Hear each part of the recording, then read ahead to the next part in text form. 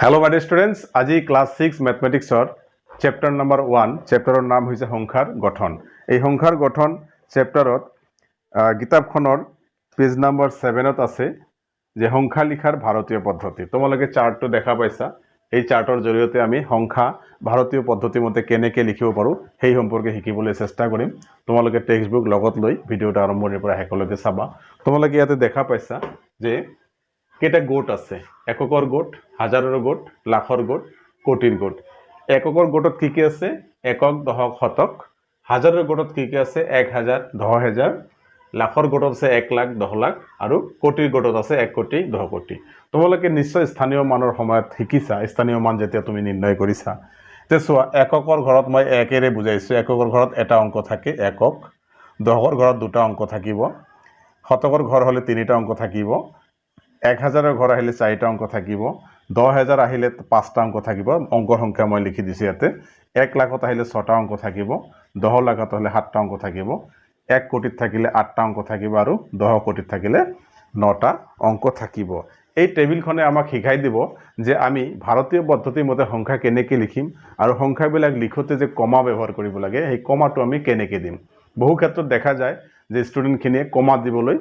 মানে বুজি নাপায় কত কমা দিব লাগে কেনেকৈ কমা দিব লাগে তো কমা দিয়াৰ এটা ধুনিয়া মেথড আমি আজি শিকিবলৈ চেষ্টা কৰিম এই তালিকাখন তোমালোকে দেখা পাইছা যদি কোনো এটা সংখ্যা 1000 তুমি লিখিব লাগে 1570 তো 1000 হলে 1000 কথা আহাৰ লগে লগে তুমি 1000 ৰ ঘৰত কেইটা আছে অংক এই 4টা অংকৰে সংখ্যাটো গঠিত হ'ব যদি তোমাক কয় যে 1 কোটিৰ ঘৰৰ পৰা 1 কোটি 10 লাখ 8920 1 কোটি কোৱাৰ লগে লগে কেইটা অংকৰ পৰা স্টাৰ্ট কৰিব লাগে 8টা অংক সেই সংখ্যাটো থাকিব এইখিনি কথা তোমালোকে ইয়াৰ পৰাই গম পাবা যদি তোমাৰ 120 লিখিব লাগে 120 লিখিব লাগে 100 মানে কি 100 হলে 3টা অংক সংখ্যাটো থাকিব তো এনেকে প্ৰথমত এক্সট্ৰিম লেভেলৰ সংখ্যাটো তুমি অংকটো তুমি চিন্তা কৰিবা তাৰ পিছত কিন্তু আহি যাব তো ইয়াৰ আৰু এটা ধুনিয়া ফৰ্মুলা আছে তোমালোকে এই চাৰ্টখন অলপ চাই লোৱা আৰু চাৰ্টখন কিতাপতো দি আছে কিতাপৰ পৰা তোমালোকে চাব পাৰা তো তোমালোকে ইয়াতে দেখা পাইছা যে একক দশক শতক 1000 10000 1 লাখ 10 লাখ 1 কোটি 10 কোটি এইটো আমাৰ এই গোট বিলাক লোৱাৰ কাৰণ কি হৈছে জানানে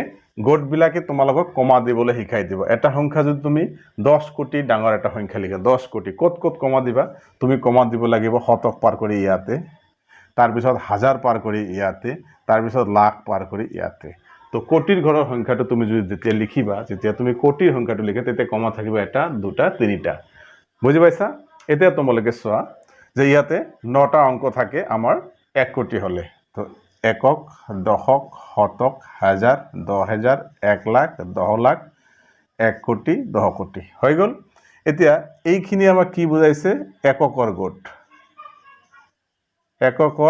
হয়নে এককৰ গোট তাৰ পিছতে আমাক এইখিনিয়ে বুজাইছে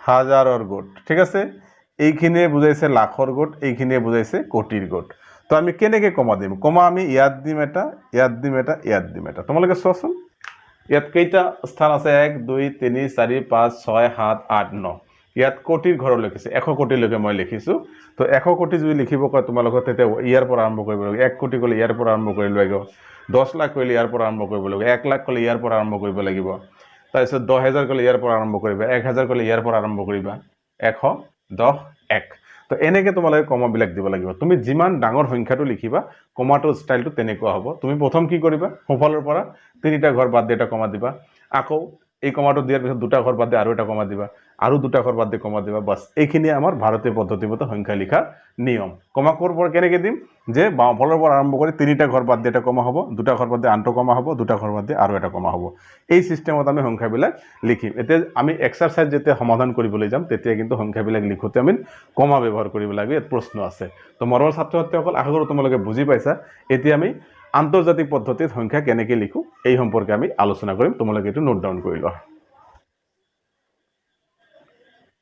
তোমালোকে দেখা পাইছা টেবিলটোত সংখ্যা লিখাৰ আন্তৰ্জাতিক নিয়ম আন্তৰ্জাতিক পদ্ধতি এই টেবিলখনত কি আছে সংখ্যা লিখাৰ আন্তৰ্জাতিক পদ্ধতি আন্তৰ্জাতিক মতে আমি কেনেকৈ সংখ্যা লিখো এই টেবিলখনে আমাক শিকাই দিব তোমালোকে চোৱা ইয়াত গোট কেইটা আছে এটা দুটা তিনিটা চাৰিটা কি গোট আছে এককৰ গোট হাজাৰৰ গোট মিলিয়নৰ গোট আৰু বিলিয়নৰ গোট এই আন্তৰ্জাতিক পদ্ধতিত কিন্তু লাখৰ গোট নাই লাখৰ কোনো কাৰবাৰ নাই একক আছে, হাজাৰ আছে, মিলিয়ন আছে, বিলিয়ন আছে। তাৰ মানে এককৰ পৰা হাজাৰ, হাজাৰৰ পৰা মিলিয়ন, তাৰ পিছত বিলিয়ন। ইয়াৰ ভিতৰত কোনো লাখ নাই।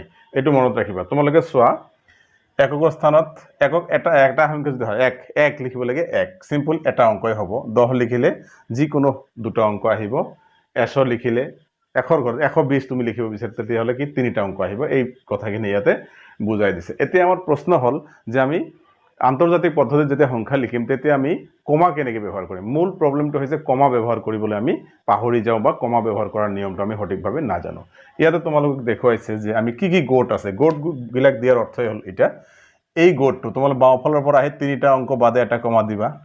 আকৌ কি কৰোঁ, আকৌ তিনিটা অংক বাদে আৰু এটা কমা দিবা, আকৌ তিনিটা অংক বাদে আৰু এটা কমা দিবা। এইটো হ'ল এই গোটবিলাকে আমাক কমাৰ স্থানবিলাক বুজাই দিছে। তোমালোকে এইখিনি কথা ভালদৰে মনোযোগ দিবা যে গোটবিলাকে আমাক সংখ্যাখিনি কমাৰ জৰিয়তে পৃথক কৰিব। এতিয়া চোৱা ইয়াত আমাৰ কেইটা ঘৰ আছে, 1 2 3 4 5 6 7 8 9 10 11 12টা। এতিয়া চোৱা 1 2 3 4 5 6 7 8 9 10 11 12 এইকেইটা শূন্য। প্ৰথম কি 1 2 3 1 2 3 ইয়াত এটা কমা হ'ব। তাৰপিছত আৰু 1 2 3 বাদ 1 2 3 বাদ ইয়াত এটা কমা হ'ব। আকৌ 1 2 3 বাদ ইয়াত এটা কমা হ'ব। এইটো হ'ল আমাৰ আন্তৰ্জাতিক পদ্ধতি মতে কমা দিয়াৰ নিয়ম। যেতিয়া আমি সংখ্যা এটা লিখিম তেতিয়া সোঁফালৰ পৰা ঠিক আছে প্ৰথম তিনিটা অংক বাদ দি পেলাই এটা কমা দিম, আকৌ তিনিটা অংক বাদ দি এটা কমা দিম, আকৌ তিনিটা অংক বাদ দি এটা কমা দিম। যদি এতিয়া তুমি দেখিলা যে এইখিনি সংখ্যা তোমাৰ আছে আন্তৰ্জাতিক পদ্ধতি মতে তুমি কমা দিব লাগে, তেতিয়াতো আৰু প্ৰথম তিনিটা বাদ দি যিটো কমা দিব সেইটোৱে ফাইনেল। আৰু তো তিনিটা নাই, গতিকে ইয়াত আৰু কমা নাহে, গতিকে ইয়াতে কমাটো শেষ। এতিয়া ধৰি লোৱা এনেকুৱা আছে সংখ্যাটো আমি লিখিব লাগে। এতিয়া প্ৰথম তিনিটা বাদ দি এটা কমা দিলে, এতিয়া দ্বিতীয় তিনিটা বাদ দি এটা কমা দিব লাগিব ইয়াত। এইখিনি আমাৰ সংখ্যা লিখাৰ পদ্ধতি। তো মনৰ ছাত্ৰ ছাত্ৰীসকল আমাৰ ভাৰতীয় পদ্ধতি মতে সংখ্যা লিখাৰ নিয়মটো আমি শিকিলোঁ। এতিয়া আন্তৰ্জাতিক পদ্ধতি মতে সংখ্যা লিখাৰ নিয়মো শিকিলোঁ, কমা কেনেকৈ দিব লাগে। এতিয়া ইয়াৰ পিছৰ ভিডিঅ'ত আমি আলোচনা কৰিম যে সংখ্যাবিলাক কেনেকৈ লিখা যায় আৰু কমা কেনেকৈ দিয়া হয় ভাৰতীয় পদ্ধতি আৰু আন্তৰ্জাতিক পদ্ধতি দুটা নিয়মৰে আমি সংখ্যা লিখিবলৈ ইয়াৰ পিছৰ ভিডিঅ'ত আলোচনা কৰিম। তোমালোকে ভিডিঅ'টো ভাল লাইক আৰু শ্বেয়াৰ কৰিবা আৰু চেনেলটো ছাবস্ক্ৰাইব কৰিবা। ধন্যবাদ।